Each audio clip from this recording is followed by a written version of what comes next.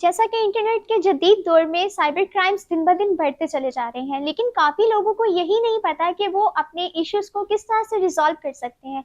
इसी टॉपिक पे बात करने के लिए आज मैंने न्यूज इनसाइट पे बुलाया है एडवोकेट शहवार अहमद को। अस्सलाम वालेकुम। वालेकुम सलाम। अच्छा, मुझे ये बताइएगा कि साइबर लॉस क्या होते हैं। बेसिकली जब भी कोई आपके इंफॉर्मेशन जो होती है हम्म। आपको मोबाइल में या टेक्नोलॉजी में डिवाइसेस जो होती हैं बेसिकली हम्म। उसमें अनऑथोराइज्ड पर्सन जो एक्सेस करता है हम्म। तब आपके ऊपर जो साइबर लॉज होते हैं उनका इतलाक शुरू हो जाता है। ओके, मुझे ये बताएं कि पाकिस्तान में कौन से मोस्ट कॉमन साइबर क्राइम्स हैं।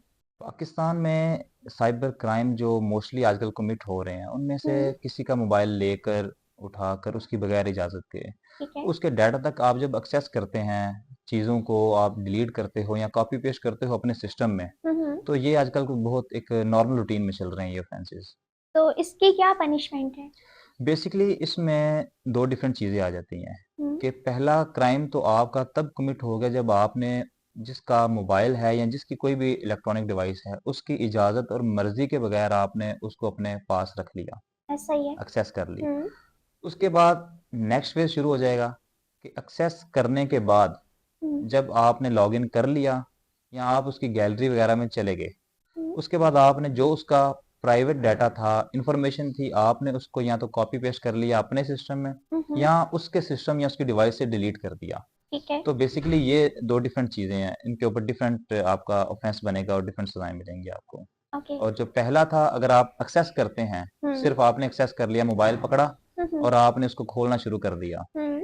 उसकी सजा जो होगी वो 3 माह तक की कैद होगी ठीक है। और 50,000 रुपए तक जुर्माना होगा उसको शख्स को। और इसके बाद हम अगर नेक्स्ट फेज की बात करें कि हम्म। एक्सेस हासिल करने के बाद उसने कुछ कोशिश की है कि डाटा को कॉपी पेस्ट करूं अपने मोबाइल या डिवाइस में ठीक या है। फिर इसके मोबाइल से भी मैं डिलीट कर दूं, हम्म। तो वो आपकी सजा डबल हो जाएगी। यानी सजा हम्म। 3 माह से बढ़ के 6 माह तक चली जाएगी और ठीक है। जुर्माना 50,000 से बढ़ के 1 लाख रुपए तक चला जाएगा। ओके। लेकिन इसमें एक बड़ी इंटरेस्टिंग बात है कि जब आप दूसरा ऑफेंस कमिट करेंगे हम्म। तो आपके ऊपर पहला भी और दूसरा भी दोनों का इतलाक होगा, यानी हम्म। आपने दो जुर्म किए हैं एट अ टाइम। अच्छा, तो इसमें अगर कोई पाकिस्तानी बाहर बैठ के, आउट ऑफ कंट्री बैठ के ये क्राइम करता है, तो क्या उसके ऊपर भी यही लॉ इम्प्लीमेंट होता है। जी बिल्कुल, इसके अंदर तकरीबन हर बंदा आ जाता है। कोई ठीक है। पाकिस्तानी शहरी अगर पाकिस्तान में रह रहा है और ऐसा ऑफेंस कमिट करता है तो उसके हम्म। ऊपर ऑब्वियसली ये एक्ट जो है ना वो एनफोर्स होगा, इम्प्लीमेंट किया जाएगा।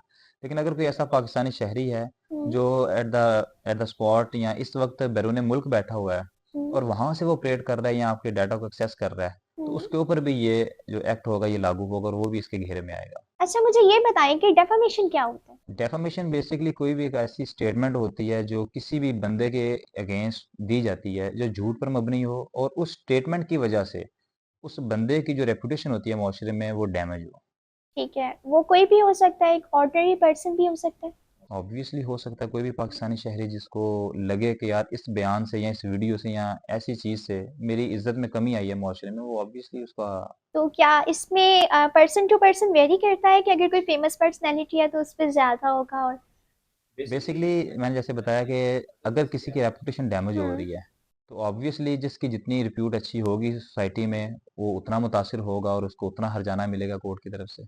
अच्छा, तो अगर कोई किसी बंदे को डिफेम किया जाता है तो वो किस तरह से केस कर सकता है। जी बिल्कुल, इसमें इसका एक डेफामेशन ऑर्डिनेंस है 2002, उसके तहत ये सारे जो डेफामेशन के केसेस होते हैं वो उसके तहत चलते हैं।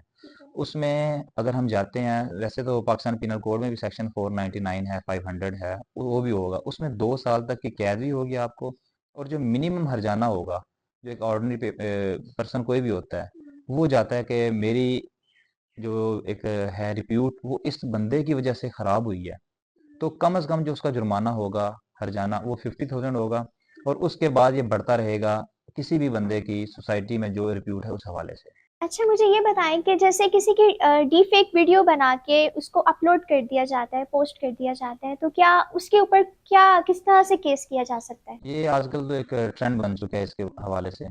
इसमें वेरियस लॉज जो होते हैं ना वो आपके आ जाते हैं, इनेक्टेड हो जाते हम्म। हैं।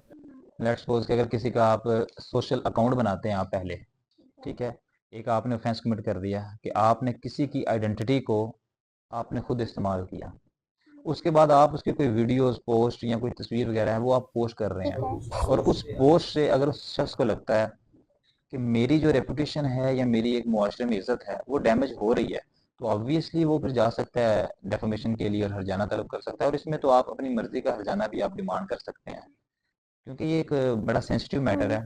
तो इसमें कोर्ट्स जो होती हैं वो एक बड़ा इसको एक कीनली ऑब्जर्व कर रही हैं और काफ़ी अच्छा इनको कंपनसेशन दिलवा रही हैं।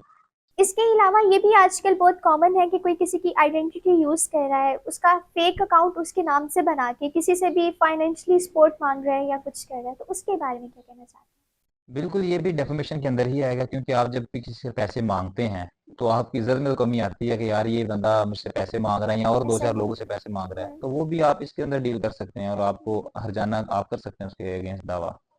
जी, तो शहमार, आपके टाइम का बहुत बहुत शुक्रिया। उम्मीद है कि आप सबके लिए आज का पॉडकास्ट बहुत ज़्यादा इंफॉर्मेटिव रहा होगा। इसी के साथ इश्ना मुश्ताक को दीजिए इजाज़त और देखते रहिए न्यूज़ इनसाइट अला।